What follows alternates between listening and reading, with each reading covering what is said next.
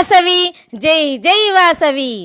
ఈ రోజున మనం ఆర్యవైశ్యులకు సంబంధించిన ఒక అద్భుతమైనటువంటి రహస్యాన్ని మనము తెలుసుకుందాం.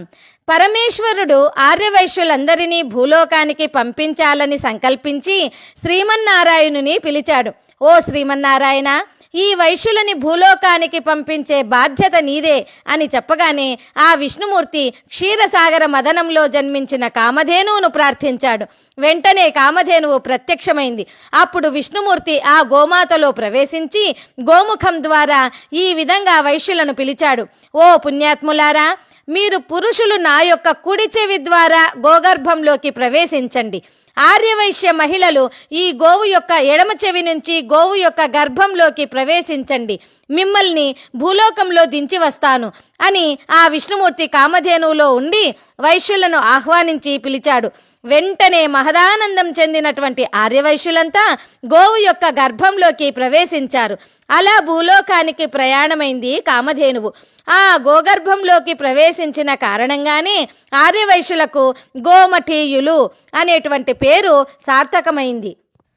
ఆ పేరు రాను రాను ఈ రోజున వాచాదోషం వలన గోమఠీయులు, గోమఠీయులు, గోమఠులు, గోమఠులు, కోమటులు, కోమటులు, కోమట్లు, కోమట్లు అనే పేరుగా మారిపోయింది. కోమట్లు అంటే అర్థం లేదు. గోమఠీయులు అని అంటే కామధేనువుని పూజించిన మహాపుణ్యమంతా లభిస్తుందని గమనించాలి.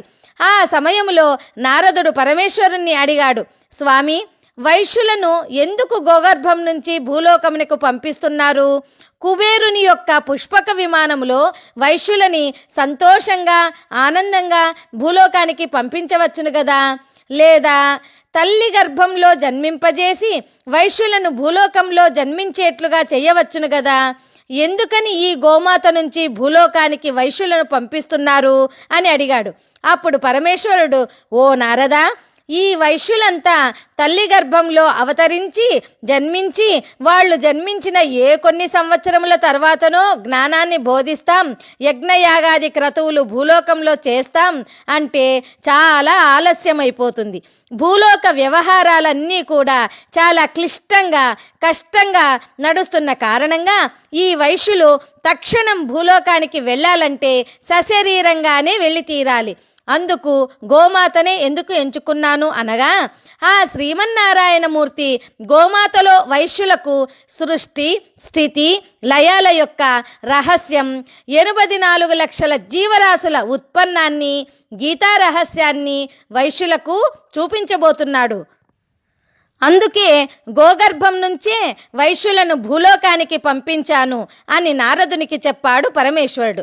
అదే ప్రకారంగా విష్ణుమూర్తి గోగర్భంలో ఉన్నటువంటి వైశ్యులకు ఈ విశ్వ ప్రపంచం యొక్క సృష్టి స్థితి గతులను, సృష్టి స్థితి లయాల యొక్క అంతరార్థాన్ని మహత్తరంగా వివరించి ఒక్కసారిగా విశ్వరూపం చూపించి, ఓ ఆర్యవైశ్యులారా, మీరు భూలోకానికి వెళ్ళి మీ యొక్క వ్యాపార వ్యవసాయ గోరక్షణాది యజ్ఞ యాగాది కార్యక్రమములను మీరు నిర్వర్తించండి.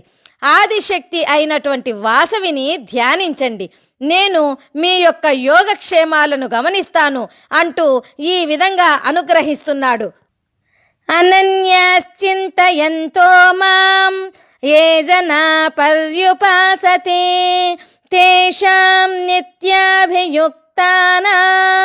యోగక్షేమం వహామ్యహం అంటూ ఆ వైశ్యులను అనుగ్రహించాడు. ఈ సృష్టి స్థితి లయ రహస్యాలు వైశ్యులకు ఇంతకు ముందే తెలిసి ఉన్నా ఆ జ్ఞానాన్ని ద్విగుణీకృతం చేయాలి అనే ఉద్దేశ్యంతో ఆ కామధేనువు గర్భం నుంచి భూలోకానికి పరమేశ్వరుడు పంపించడానికి కారణమైంది. అలా ఆర్యవైశ్యులు భూలోకానికి రావడానికి ముందే జ్ఞానవంతులై భక్తివంతులై భగవంతుని అనుగ్రహాన్ని పొందిన వారై భూలోకానికి వచ్చినటువంటి కారణంగానే ఆర్యవైశ్యులు అన్ని వర్గాలలోకి అన్ని కులాలలోకి గౌరవించబడుతూ పూజించబడుతూ అత్యంత వైభవంగా ఈనాటికి కూడా ఉన్నత స్థానంలో ఆర్యవైశ్యులు ఉండడానికి కారణం.